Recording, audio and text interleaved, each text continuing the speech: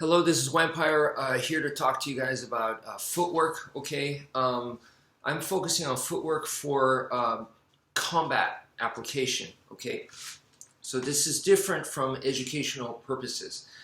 So in combat, we need to get our priorities straight. I don't want options. I want things to be as simple as possible, and I want things to be the plan to be, very, very direct. And in that case, whether it's a stick or a knife or even empty hand, right? When you're swinging this stuff around, we know that footwork can be very, very beneficial. And in that case, before we even go to footwork, what I want to talk to you guys about is stance, right? And so we have something where we're more like this, a natural stance. So this is pretty much like you're standing. And this is what I call a closed stance.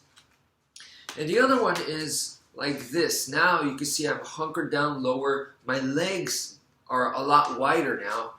And I could be taking a fighting stance like so. Okay, so compare this to this. Okay, and if you guys can see, so, this is more the natural stance versus, like this, where I'm coming down and a much wider stance, right?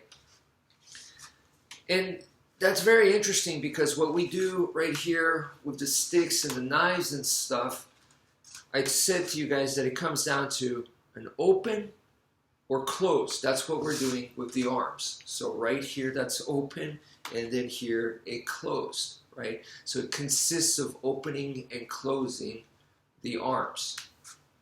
And we're applying that same idea to the legs. So closed, and now this is open.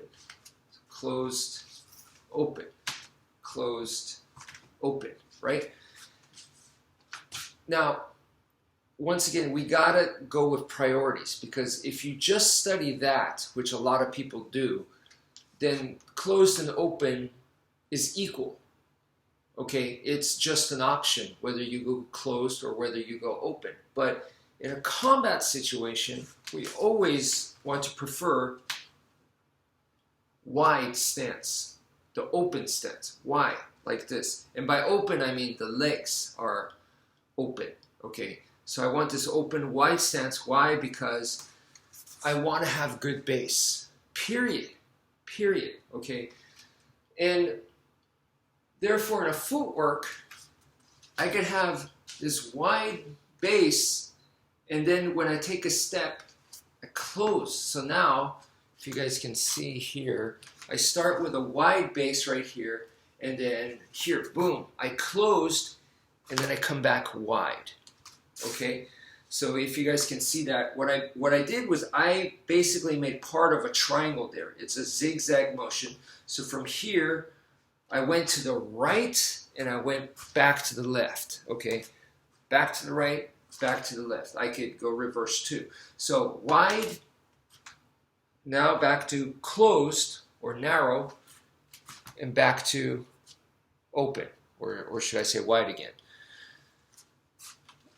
What's important about that, and what I don't want you guys to do, is to go wide, narrow, wide, narrow. I don't want that. Okay, that's 4 movements. So wide, narrow is wrong, okay? The reason why I say it's wrong is because if you put that into muscle memory, you're finishing with a narrow, okay?